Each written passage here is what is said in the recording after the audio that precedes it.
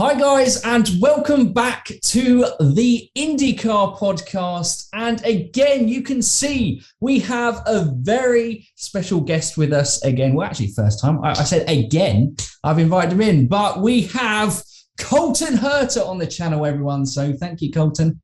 I love the enthusiastic wave there, Colton. That was hello, everybody. Enthusiasm there, and I like it. And Colton, before we get started, there's a burning question that I have, and that is, who is Maggie's girl, and is she also sick of everything? That's funny. That song is actually written by our guitarist dad in the 70s, so it's not even our song. Yeah. That is amazing. It's just already you're leasing out songwriting things, and your guys are just performing it. There you go. I love it. And there was, I suppose it's probably quite a good point to put in. There's a guy who goes, "How do you manage being in a band and also a full-time professional racing driver?" I mean, it's pretty easy. We do get some downtime during the season, even though it's very little. But the off season is quite long for us. So. Especially in IndyCar, right? We're done pretty soon here, and then we have 6 months or so, 5 months that are pretty free.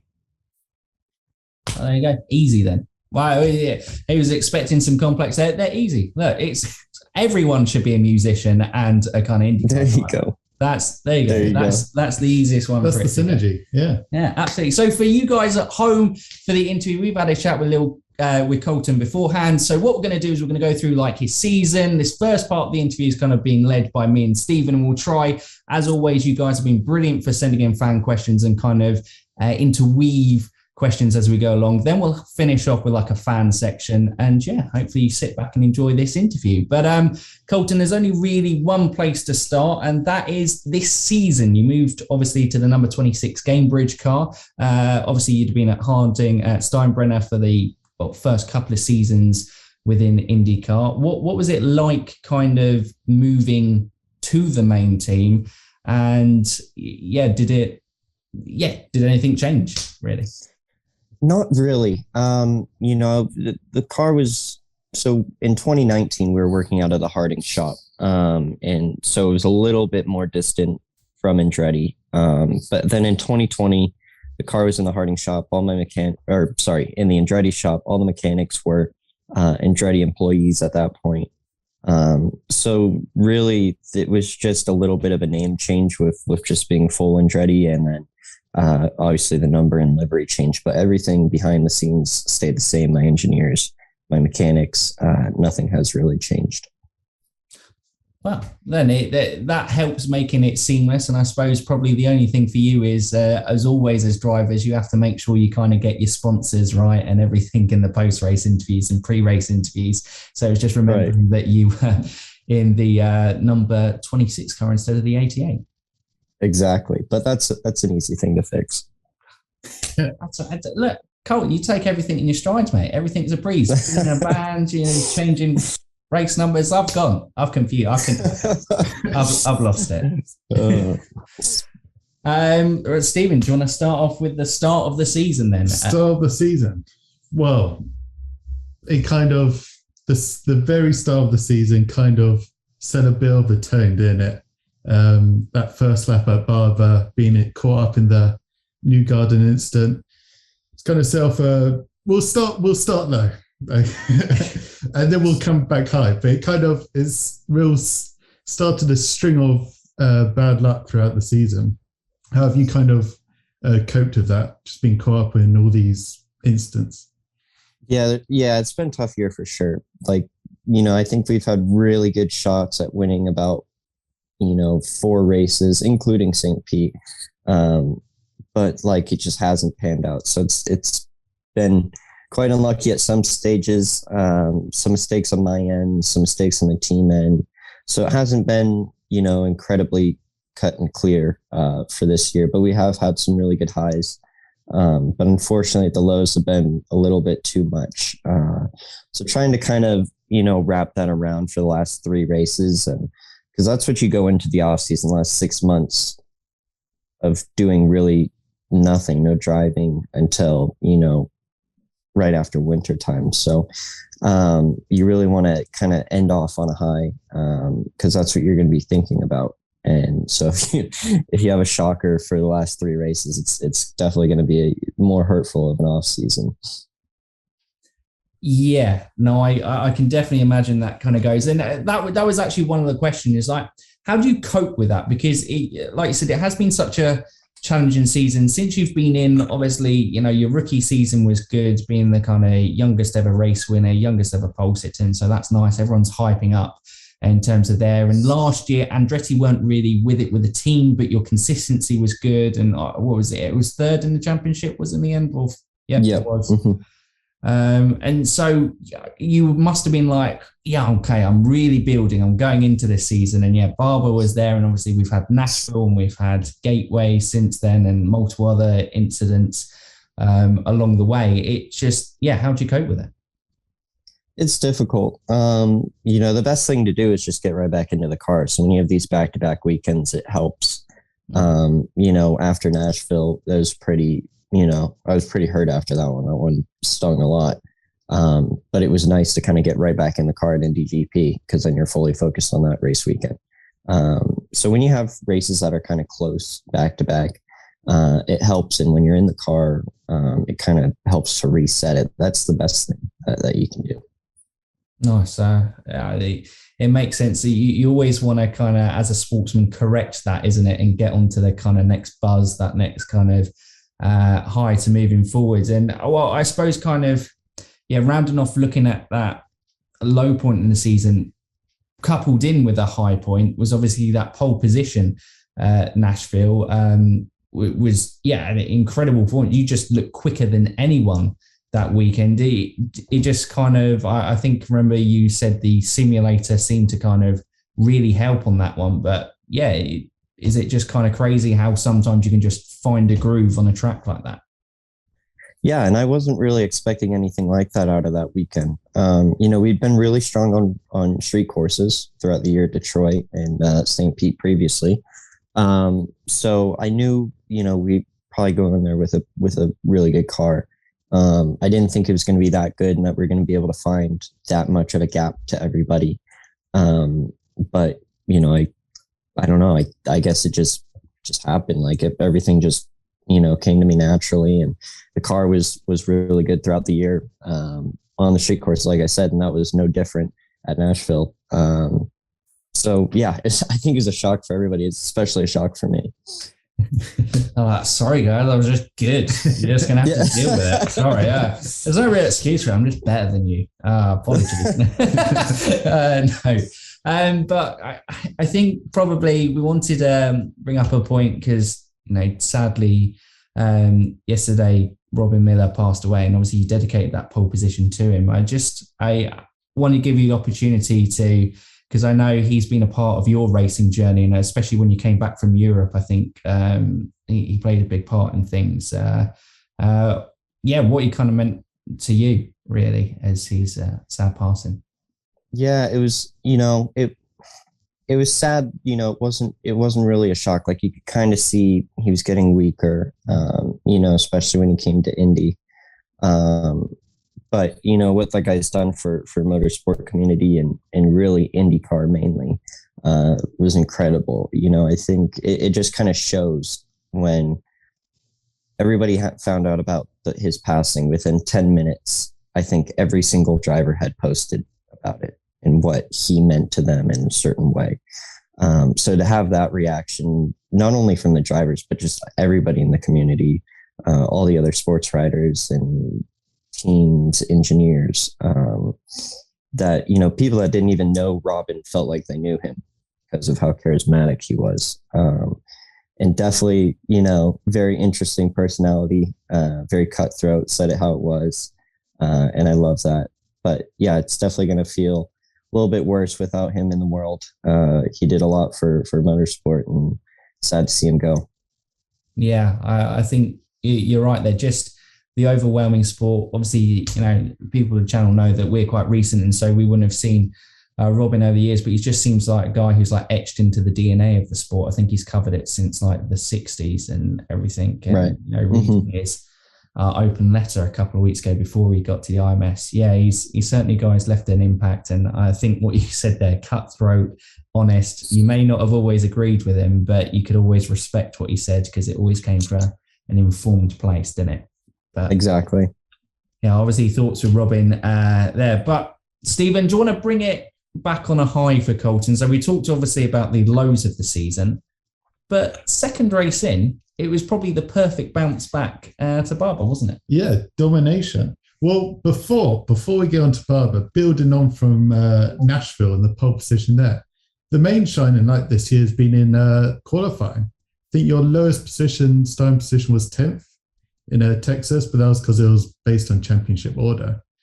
Yeah, I think 8th is the lowest, or 9th that we've qualified. Yeah. But yeah, 10th was in Texas, yeah. But you've had tons of, I think, 2 pole positions and then a whole bunch of second start. You got the best qualifying record this year. Do you just love qualifying? I think it's a lot easier to kind of get it right in qualifying. There's a lot less aspects that go into it in qualifying than in the race. So I think it's easier in that aspect to be quick and be on it and be at the front there. But I think it just kind of proves that maybe the luck hasn't been there, but like the car's been there. That's the most important thing is the car's been turned around. Obviously, when the aero screen got first introduced, I think Andretti took a step back in performance. And we found that, a lot of that back in 2020 by the end of the year. And we came into this year very strong. The car in qualifying, it was really good pretty much everywhere. And I think the biggest thing was the ovals and short ovals. Something that I struggled with, but something that the team struggled with too, were those short ovals. Unfortunately, we only have one in Gateway this year.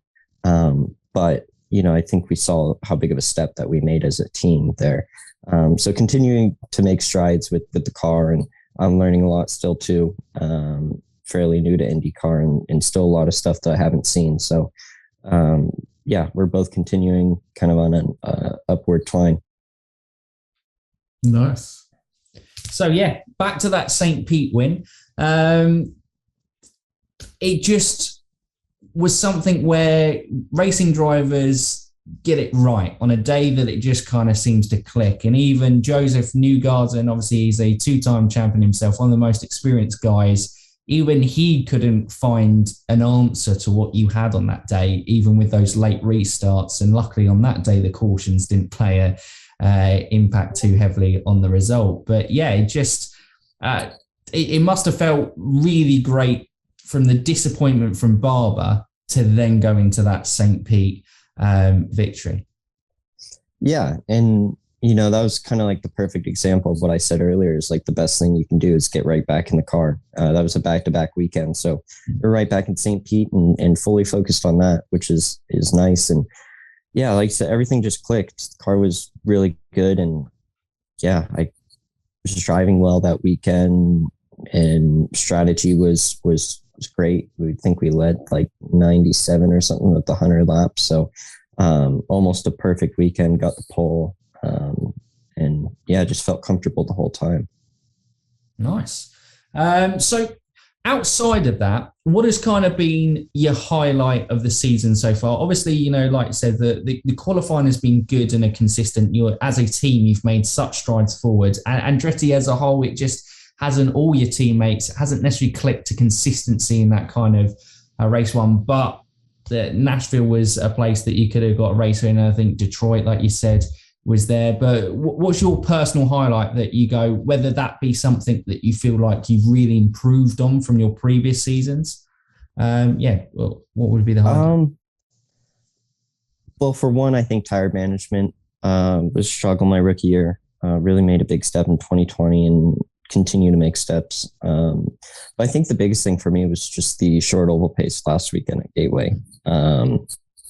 Being able to make a really big fuel number and still be very fast compared to the guys that were still in a 4-stop and I was 3-stopping.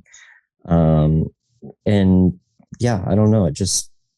It was another weekend that the car was really nice. Everything seemed to click.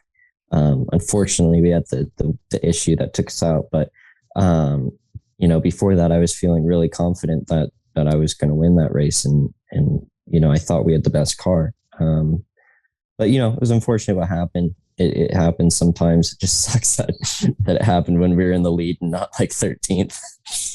Yeah, it always seems to be. I don't know. It seems you and Rossi must be hanging out too much together, man. Yeah, I know. Stop hanging out. What is it that you've done to upset the racing gods? Because I have no clue.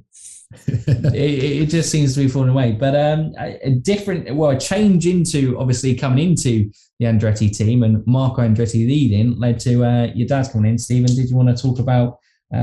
What's the main differences of his dad's coming in? Well, first off, having your dad as your main, what's the term? Strategist. Yeah. How's that been? It must be It's been awesome. Yeah. It is. It's weird to hear. Well, I mean, I guess initially it isn't weird now, but like to hear a family member on the radio is strange, especially when it's kind of in a workplace setting, I guess. So it was weird at first, but I really enjoyed it.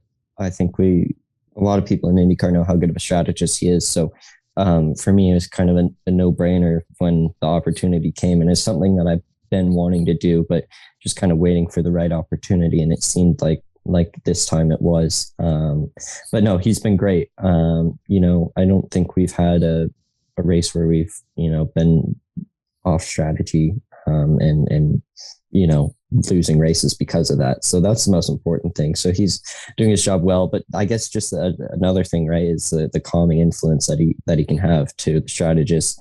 You don't want a guy that's, gets really hyped up or anxious and can get loud on the radio and stuff. And he doesn't. Also helps that he was a driver beforehand, so he understands what it's like being in the car in some situations. So, no, I really don't have anything negative to say. And obviously he knows a lot about IndyCar and IndyCar racing. So he can help me with my driving as well. And yeah, just different things around the track. So it's been awesome. I was going to say there was a question kind of asked, well, obviously that relationship, I think I've heard you speak about before in terms of you both are kind of quite cool, relaxed, laid back characters. Must be a West Coast kind of California thing. Right. But it's really kind of gelled nicely, and like you say, you haven't clashed, and he's a calming influence. But what would be the main thing that you feel like he's helped you develop as a driver within the series, obviously within the partnership this year, if you could piece it to just one thing?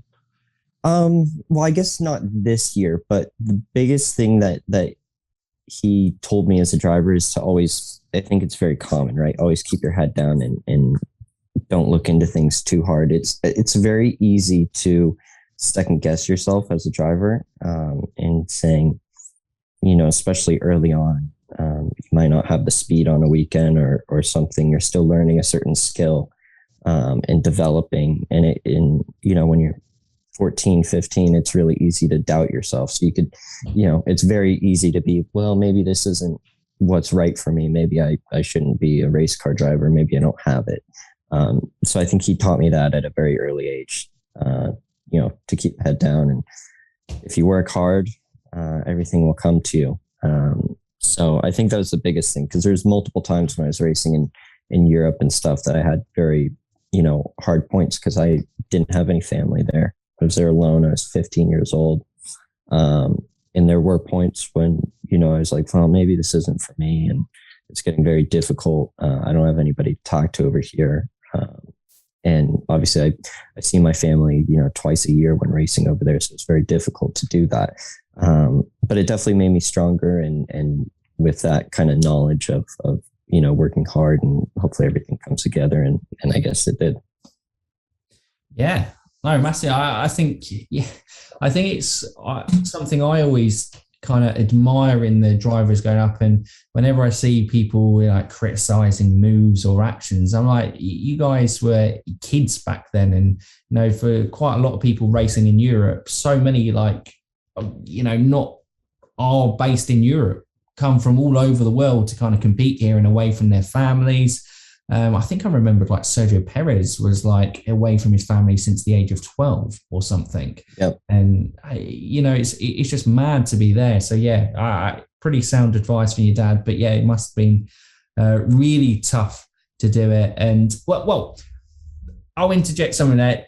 Was there any kind of regret to not keep going the European path, or did you always kind of feel like IndyCar was what called you as a driver? A little bit of both. I ran out of opportunities in Europe. I didn't have the funding to, logically keep it going with top teams. Didn't get picked up by anybody over there. But then at the same time, I had a great opportunity come about in the US with George Steinbrenner and Andretti and Indy Lights. And so when you're talking about spending, €1 million in Formula 3 or, having a free ride in Indy Lights and, having the chance to finally make it as a racing driver, it seems like a pretty obvious choice at that point. Yeah. Yeah, no. Pretty obvious in that case.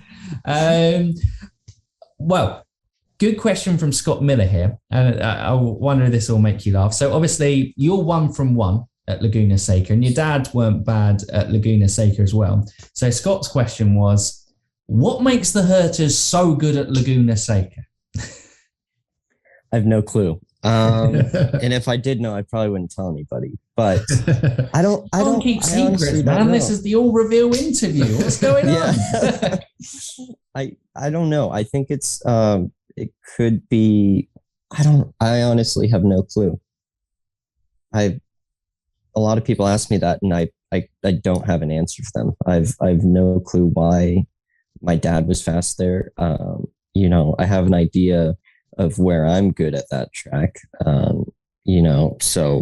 But it's hard to correlate. And it's weird too, for how different the cars were too, the driving styles of the 90s and how the cars were, 1,000 horsepower, very different tires, and the engines were built completely different too. So it's very weird that it kind of would translate. I don't know, maybe it is something in the genes that just like, there's a Laguna Seca, there's one Laguna Seca chromosome in there somewhere. I don't know. I like that. So now people are going to be testing you for Laguna Seca DNA and how they can get it. Exactly. If they can piece together this perfect race driver of getting different DNA that they got in. Yeah. But yeah, I think probably, Stephen, a perfect time to move on to, obviously Laguna Seca is one of the last 3 races. We got Portland, Laguna Seca, and obviously, hopefully, fingers crossed, we'll finish off in Long Beach. Which one are you most looking forward to? Long Beach. That's a race. So I grew up in Santa Clarita, which oddly enough, so my dad moved to Santa Clarita when he was about, 11 or 12. And that's actually where HPD is based, Honda Performance Development, that builds the IndyCar engines. So it's kind of funny little thing that we've, my family's been living here forever, and then Honda decided to move here too to make IndyCar engines. So it's cool. I know a lot of the guys that work on or actually build the IndyCar engines I get to drive, and guys that you would never see at the racetrack. So, I get that cool aspect, but also Long Beach is about 40 miles away from where I grew up in Santa Clarita. It's, a true home race for me. It's close. I definitely feel the love from everybody when I get to go there, being from Los Angeles. So no, that one I definitely look forward to, but really like 3 great rounds to end the year off. Portland, amazing track, so close. For anybody that's going to watch this interview, make sure you watch qualifying because it's always a nail biter. Sub 1 minute lap times and guys missing out by thousandths of a second transferring. So it's always extremely close. And great racetrack, great atmosphere. It's great that IndyCar is in the Northwest again. Laguna Seca is obviously a great one too, for obvious reasons for me. I love that place. I got my second career win there. Feels very comfortable there, feel at home there. And then obviously Long Beach is going to be the most exciting for me because it's a home race. It better happen. cannot lose that race 2 years in a row. It's such a great event from a fan standpoint, and from the driver's standpoint, it's amazing too. Great track.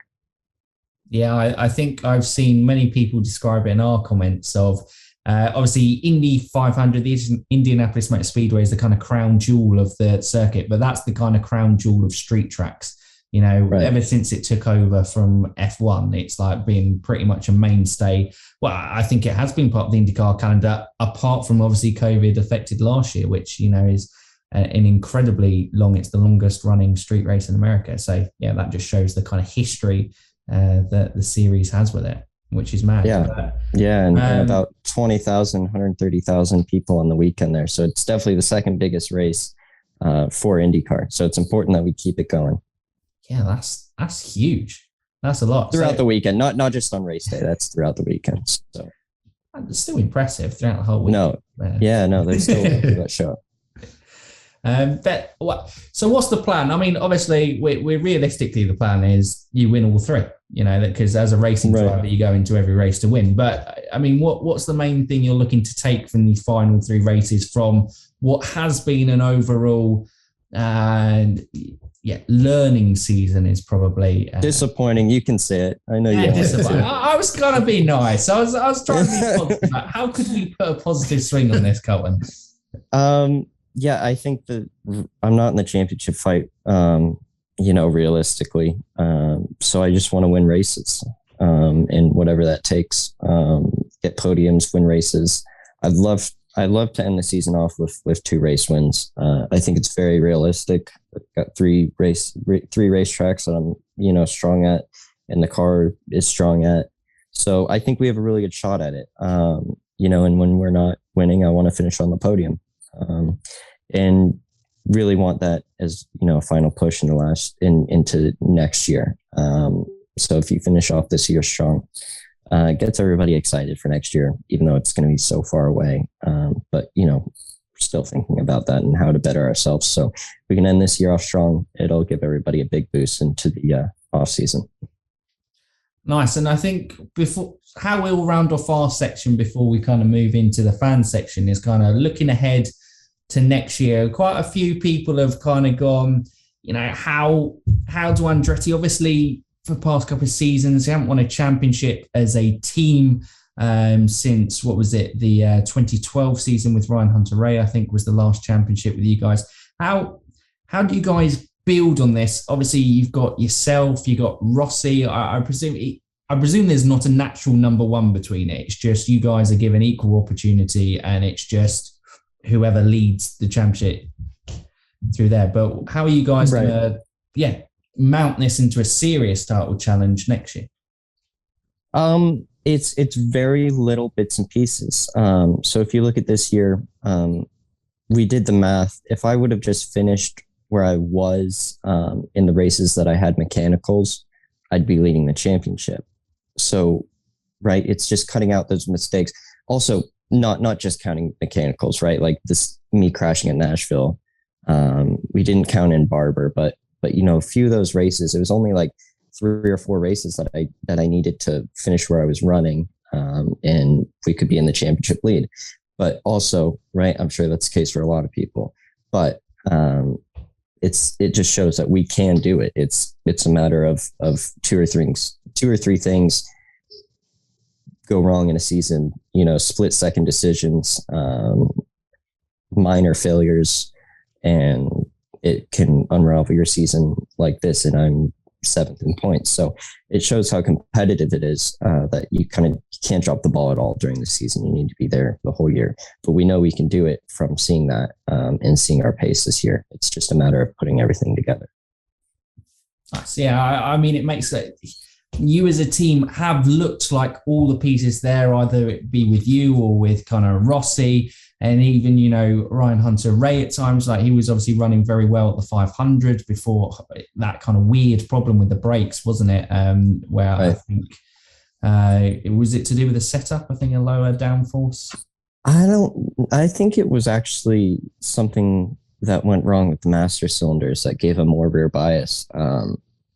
But I could be wrong about that. I thought it was something to do with the brake issue. Yeah, it was a weird one how it affected so many. But we'll focus on you. We'll focus on the fans now, who have been very good at coming up with some great questions for you. So I will hand over to Stephen to answer some questions for you. Very technical here, Colton. We just have, questions on the phone. We don't have like some big screen to go, question one. Yeah, you got 3 cameramen behind the scenes there. Yeah, no, absolutely. Highly paid production here, Colton. You can only see what's behind the camera right now. Yeah, I'll be honest with you, pretty privileged to be on this show. So pretty big deal for you. The couch is actually Gucci leather, so. Damn, how did you figure that out from there? Yeah. Okay, let's jump into it. And a great name to start off with, Atomic Hound. Sure. Other than your teammates, who else on the grid do you enjoy battling wheel to wheel with without having to worry about their judgment? There's a lot of guys that are very fair. Plateau, I've raced against him since I was 10, so I think we always give each other space and we always race each other fair. Guys have been in the series for a long time. Scott, Power, Newgarden. There's a lot of guys that are very fair race car drivers. Nice. But there's some that aren't. We won't put you on the spot to name. We don't want to cause any drama from there. Just one name. No. From there. So Eric Marchesini what has been your favorite win in IndyCar so far? Obviously, it's 4 wins, isn't it, so far in the championship? Yeah, 4 wins. I think my favorite win was probably Laguna Seca, because I had a lot of my friends and family there. It's only a 4.5 hour drive from Santa Clarita. So a lot of my friends came up. A lot of my family goes up there every year. So that was a cool one to win. And obviously it was 20 years later from my dad's last win there, which was really awesome. But yeah, I mean, they're all very special. But that one was cool. Nice. Well, maybe a second win coming up later on in the season, Hopefully. Okay, question from Motor Meerkat. If you could add 1 international round to the IndyCar calendar, what track would you choose and why? Oh boy. Yeah, that's a tough one. There. There's a lot that I would like to add. There's, the very obvious ones like Motegi and Surfer's Paradise and stuff like that. But what about if there was if they just kept rocking them? They didn't demolish it. Is it gone yet? Or is the track still there? Oh, now you're really hurting us. You're saying that our speedway, it's gone. It's now like a car park. I don't even know. I know it's a car park. It is gone. We can't return to Rockingham. So well done digging up the past there, Colton. Yeah, we'll just. I feel like that would be cool. I think an oval race in Europe would be cool. Lausitzring or Rockingham. I think those are the only ovals that I really know about over there. We thought our kind of love, I think we spoke about this when we did our kind of dream calendar, bringing back tracks type of thing, of reinstating, because the president of Monza said of maybe kind of reinstating the oval. How cool is oval at Monza? I don't know how cool that'd be, to be honest. That place is so sketchy. All right. Okay, completely put a damper on that one. But no, that's one thing that I feel like is deprived of in European racing is fast oval racing. It's like you have the NASCAR series out there, but it's not big and it's not fast like IndyCar. So yeah, that'd be something that I feel like European fans would love, but haven't had the taste of it for a while. Yeah, no, absolutely. I think that would be a good one. And so to build on that slightly, I think someone also asked, what would be a track that you would bring from the North American calendar? One of that's been either Michigan. Our calendar. Oh, right, there you go. Very easy, Michigan. I think with the current package that these cars have, Michigan would be an amazing race. But we don't go there right now. But it's unfortunate. Definitely need more ovals on the calendar. Trust me, I'm way more of a fan of road courses and street courses, but it's IndyCar. You have to do all of them. So, and Michigan's an amazing one. Absolutely, yeah. I think we always say that it's the most diverse calendar in world motorsport, and having like an even split between those ovals, road courses, and street courses is like the ultimate challenge for drivers. So yeah, exactly. More ovals, please, Mr. Penske. Next question up, John T. This is a great one. I really like this one. Which legend of IndyCar would you most like to race against in their prime? Oh, would that mean I'm racing that type of car too, or would they be racing in a modern day Indy car? That's a good question. What would you? Because that might change. Well, because you know, this is your question. You can decide how you want to go. Which car do you want to be in? I would love to. I don't know. I just feel like the cars in the mid '90s were so awesome. So it'd definitely be something from that era. I don't know. Maybe a race against my team boss Michael in the '90s. Pretty cool. He would be, obviously a great driver himself, and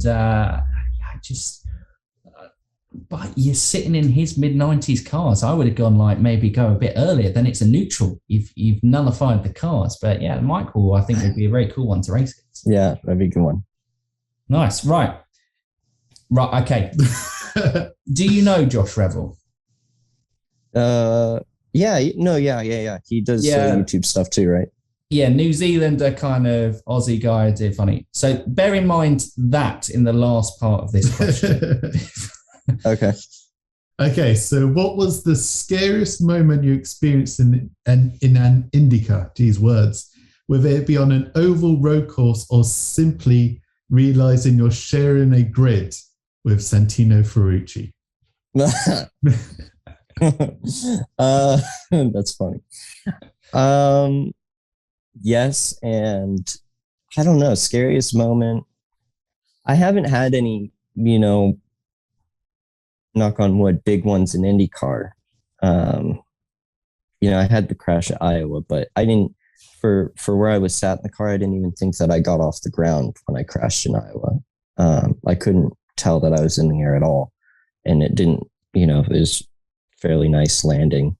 It didn't hurt that bad. So I don't know. I think Nashville was probably the worst just because it just hurt mentally the most. Plus it's a pretty good shot into the concrete. So that one hurt a little bit, but just mentally, I guess that was the most hurtful one. The one that that probably feels like your most race to date, doesn't it? The win really was right there. Right. It kind of felt like the one that got away, wasn't it? Nice. Yeah, exactly. Okay. Well, just to note that obviously Ferrucci in Europe has a bad reputation with how things ended in F2 in here, but he has been competitive in IndyCar, and I know that has he matured, and he's actually not a bad guy to race against within the series. Yeah, sure. There we go. We'll go with this. I'm trying to give you an opportunity to pass that one. Yeah. We'll go with that. Sure. There you go.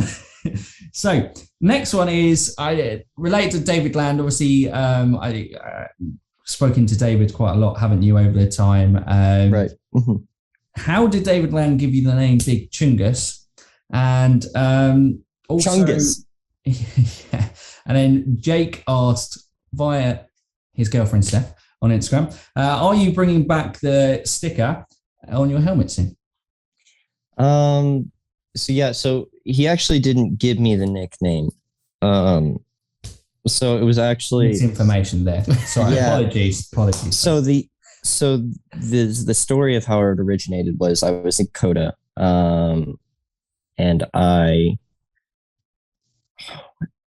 and one of the photographers, Chris Owens, who I'm buddies with, he just gave me the sticker of the Fat Bugs Bunny. And so I put it on the back of my helmet for that race. And then obviously I ended up winning. So I was like, okay, well now I kind of have to keep it. So I've had it on my helmet. I have it on my boots ever since. A little bit of a good luck symbol sort of thing. Nice. Okay. So, well, nice. You got to have these little bits of luck, haven't you, along the way? I think drivers are superstitious sorts. Mhm. So a good one to kind of keep along your way. One more question before the quick fire questions. I think so. I think we've got to probably cover this because it was by far the most talked about one, and I know it's the one that you're always talked about this year. So that one. See, it's mysterious. Go from that one, and you're like, oh, which question is it? So I think you can guess probably. Question from Sam, but a lot of people asked, have you ever thought about the prospect of F1, or are you fully focused on Indy? No, it's definitely something that I'd like to try. As you kind of get older, even though I'm only 21, right? It's kind of getting to the end of being able to go over. Exactly. I see the gray hairs you're hiding. Yeah. It's like once you kind of get to like 24, 25, you do become a bit irrelevant over there with the prospect of switching over. But it's not just Formula One, but there's a lot of things that I want to try. But just to have the chance to be in Formula One, it has to happen now or never. So, I think if a seat came, like I'd have to really think about it. I'm in a great situation over here. But it's also just something personally for me that I want to race in a lot of different things. I also want to do Le Mans. I want to race NASCARs on the dirt at Bristol. I want to do the Daytona 500. There's a lot of things that I want to race. But it's just choosing the time of what I'm going to be able to do. And Formula One's the only, race series in the world that it's a time crunch for age to get into it. Whereas, everything else that I want to do, I'll be able to do whenever I want outside of IndyCar. So I guess a little tie-in to link there. You kind of answered it there with going, obviously you're open to a lot of things. Greg also asked you're one of the American young talents who hasn't gone across to NASCAR or gone through that route. Did they, have there been options on the table approached you already, or did they kind of get you in the garage? One of the teams at Indy, obviously at the doubleheader weekend a couple of weeks ago, or is it just something that's a dream of it is at the moment? Yeah, no, I haven't had any contact with any NASCAR teams. I got pretty close actually doing the truck race at Eldora on dirt last year, but unfortunately it didn't happen. But there's a few races that I just really want to do, and obviously NASCAR is a huge sport over here in the US. So yeah, it's something. They have some cool races that I'd like to try. I've never driven a car like that at all or anything near it. So just for me, it's about, driving a lot of cars so that when I'm done racing, I can, look back on it and look at all the cool stuff that I got to do and got to race. So yeah, really want to try to branch out and see what else I can do. Nice, yeah. But that's not saying I'm just going to ditch IndyCar in full season. You've got to be very careful in case Michael's listening. He's going, oh my God, Colton's abandoning this. It's like going, quick, give Rossi the rise, put Herta down. There we go. I definitely prefer IndyCar and want to do that full time for a long time. But there's just some one-off events and some cool stuff that I'd love to try out. I think that's fair enough, man. And, the racing career is, you can link it, but there is so many cool opportunities within racing, and you've obviously experienced it with BMW winning the Daytona class victory, wasn't it, in your first attempt, which was cool. So that's one already ticked off. But yeah, I presume getting in the LMDH cars, I think, as they come in, that'll be pretty cool. Right. No, yeah, for sure. That's gonna be awesome if I'm able to do that. Also. Nice. Right, well, we'll round off with a quick fire section. If you're right, we are technically at the 45. Like I said, I will waffle, but if you are good for the kind of quick fire rounds, Colton, we will round off with that. Yes, that's fine. Yeah, let's do it. We're in. Perfect. Green. That's you. That's your cue. It's a dodgy name to start off with. Tenchicho. I'm sorry. He had to make an appearance in this. You've already mentioned him. What was Pato like as a teammate? And would you be teammates with him again? No, yeah, he was awesome. Really good driver, really talented, charismatic guy. Like I said, I've been racing against him since I was racing go-karts when I was 10. So obviously we took a little different path to get to IndyCar. But I think we're both here, and it's cool to see that we're both in a top ride, and like a lot of guys that like I grew up racing with, it's kind of cool to see that they've trickled into how people have trickled into professional motorsport and in what way. So no, he's a really good driver. Definitely would love to be teammates with him because he's fast. That's the most important thing you want in a teammate. Nice. What are your favorite? This is one from Lord Dank. I've kind of twisted the wording slightly to basically go, what's your favorite motorsport to watch outside of IndyCar? Outside of IndyCar, that's tough. I don't really watch a whole bunch. I only really watch Formula One outside of IndyCar. I love watching actually the F2 stuff. It's pretty interesting because it's fairly stock, and there's still, some youngish kids that are kind of nutters in that series and stuff and go balls to the walls. So it's kind of fun to watch. And then there's also some really good guys, some Formula One prospects that are fun to watch in that stuff too. Cool. Nice. Question from Liam Ritchie. What was your favorite type of track between short oval, speedway, road courses, and street course? Before this year, it was definitely permanent road courses. But the more I do the street courses, the more that it's just so fun because it's so precise and it's just so close and such a good way to just drive a car. It's just completely on the limit, and if you make a mistake, it bites you in a big way. So I guess I would say those are pretty even. I know that's not the answer you're probably looking for, but street courses are definitely creeping up on me. No. You can answer it however you want. Don't feel pressured, Colton, that you had to choose either way. You can sit on the fence. Sit on the fence. It's okay. You can like all of them. I'm like that with the drivers. I like all you guys. He's Pato fan, so So I've heard. I nearly shouted. You nearly did it. Look, this is Colton's time. Don't do that. Look, you can't mark Colton off his hit. Look, I've been supporting you here, Colton. Obviously, Pato. The biggest surprise is he's not wearing his Pato Awards cap just to really go. And he was cheering the Indy lights. Reel it in. Unbelievable. Yeah. Can't believe it. I'm sorry for him, Colton. I am sorry. It's funny. Mariolis 1000. What is your favorite European track? I loved Red Bull Ring when I got to race there. I think it's just so like picturesque. There's no real major town anywhere near the place. So you get to kind of, when you stay there, or at least when I was racing there, I got to really experience what it's like. And the track itself is very fun. I got to drive there in Formula 3. So a car that's heavily over downforced compared to the power output that it has. So it's those last section of corners, it's super fast, is just magical in that car. And I love that aspect of it.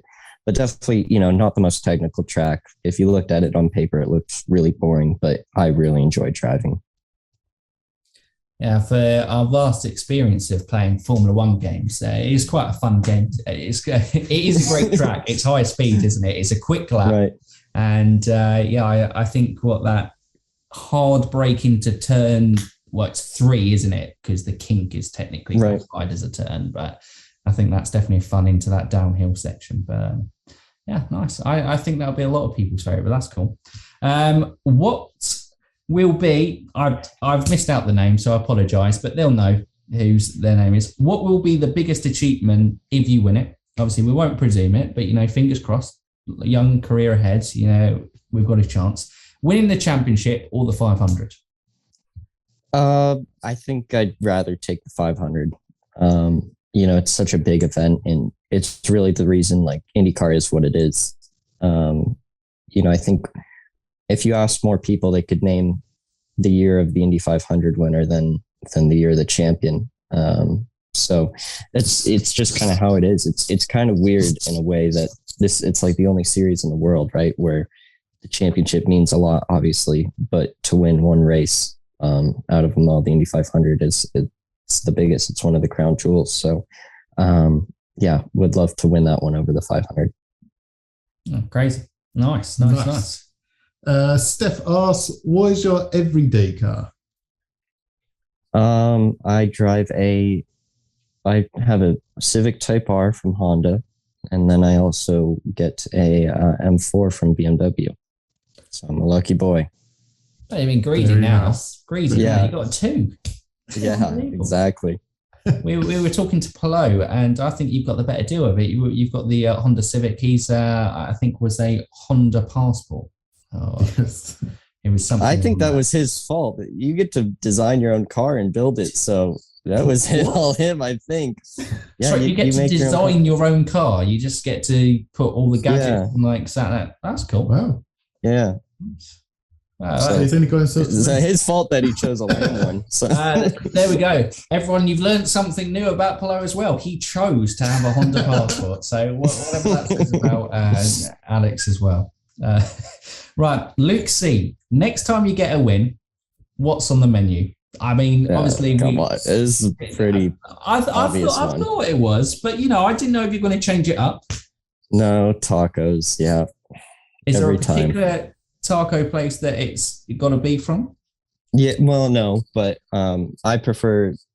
There's a taco truck where I live in Santa Clarita. That's awesome. Only accepts cash. They're like 99-cent tacos, which is unheard of out here.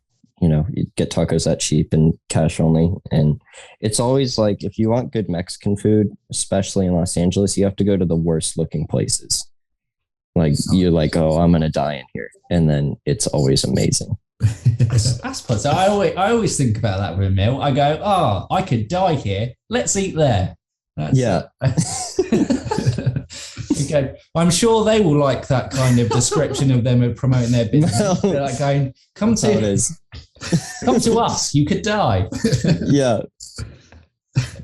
They're nice in there. And I'm sorry about this one because you're perfectly entitled. But Ari the Feeder says, can you cut your hair because he thinks you look better with it short? I mean, there's a lot of people that say that.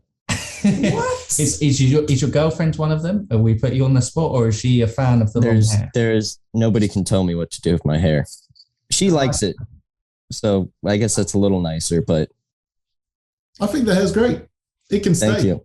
Absolutely. There you go. And also, you're a punk rocker. In between, you got to go with the exactly. image. You can't be this smart looking guy. It wouldn't fit the brand. Honestly, absolutely exactly. Not. There's one last question that rounds off the quick fire. I'll put you on the spot. You'll probably tell me to go and do one. But who's your favourite out of your teammates? Who's your favourite? Who's my favorite? Well, I guess there's different aspects for favorite. I wouldn't be able to call one a favorite, but there's different aspects to each driver that I do enjoy. Maybe there is a favorite. Maybe I'm just lying to you guys. Oh. No, there's a lot of them that have like different aspects that all contribute to the team, obviously, but just like personally that I like them for. It's good that it's kind of been a nice team. It looks like you guys all get on, and obviously, Rossi and Hinch, kind of buddies with their podcast and everything. But it looks like a bit of a family within the team. No, it is. It's a lot of fun. Nice. Well, Colton, it's been an absolute pleasure to talk to you today. Thank you for obviously giving up so much of your time to kind of have a thought. It's been interesting hearing about the season and the highs and lows and the learning. Yeah, positive. Right. That's what we go for. Right. Disappointing. Don't be hard. Don't say it. Learning. Absolutely. Learning. From there. But best of luck for the rest of the season. I hope you have a great one. Obviously, lots of exciting future ahead for you. And we can't wait to kind of see how it develops. And fingers crossed you get that target. We're holding you to it now. I'm going to message you if you don't win 2 out of 3. So you set your target. So we'll be calling you out on it. Absolutely. There we go. Well, I appreciate it. It was a lot of fun. No, everyone's all. So, guys, you can obviously follow Colton Herta on his social medias, active on Twitter and Instagram. I think it's just your name, isn't it? Colton Herta. Yeah. Mm-hmm. Keeps it nice and simple. And obviously follow Andretti Autosport to follow the team. If you're interested in us, Stephen, what can they do? They can like, subscribe, and ding that bell. Ding it. And so we did this with Alex at the end of his interview, and he stuffed it. No offense to Alex, he learned, he got it right second time. So we round off our episodes with, I go keep racing, but he did keep racing. He did it short. He added a point. He fluffed it. But Colton, you okay to end the episode with this? I'll kind of lead us in, and then just follow suit. You all right? Okay, so it's just keep racing. But you got to. No, I know. Yeah. You don't get it short, but it's just keep racing. So I'll go. So for now, you Indy fans, and then that's the cue, okay. And we'll go. Okay, that's the cue. All right. Good. Okay. All right. So it's been, like I said, a pleasure to talk to Colton. Best of luck for the rest of the season. We hope you guys have enjoyed this interview. But for now, you Indy fans, keep racing. Keep racing. I like it. There we go. Nailed it. Sorry, Alex, we've got a new favourite here. No, sorry. I've stuffed it. Unbelievable. No, but Colton, thank you so much. We'll see everyone later. But yeah, that's it for today. See you later.